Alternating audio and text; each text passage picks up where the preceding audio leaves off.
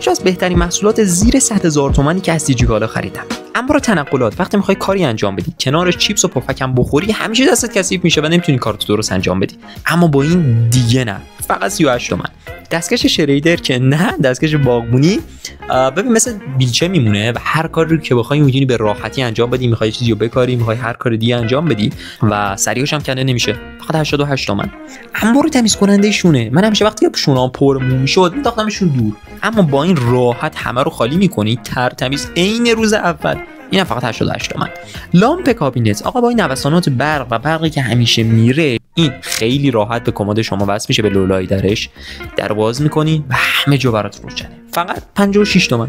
آخریش نوستالژی دهه 80 آب نبات چوبی لیسمک. باید اینا رو یادم نمیره چقدر از دکه مدرسه میخریدیم و اینا رو معامله میکردیم. با چه دورانمون. اینم فقط 62 تومن. اینجا کارونیک، کاربردی و یونیک. برای لینک تمام محصولات در بایو هست. فعلا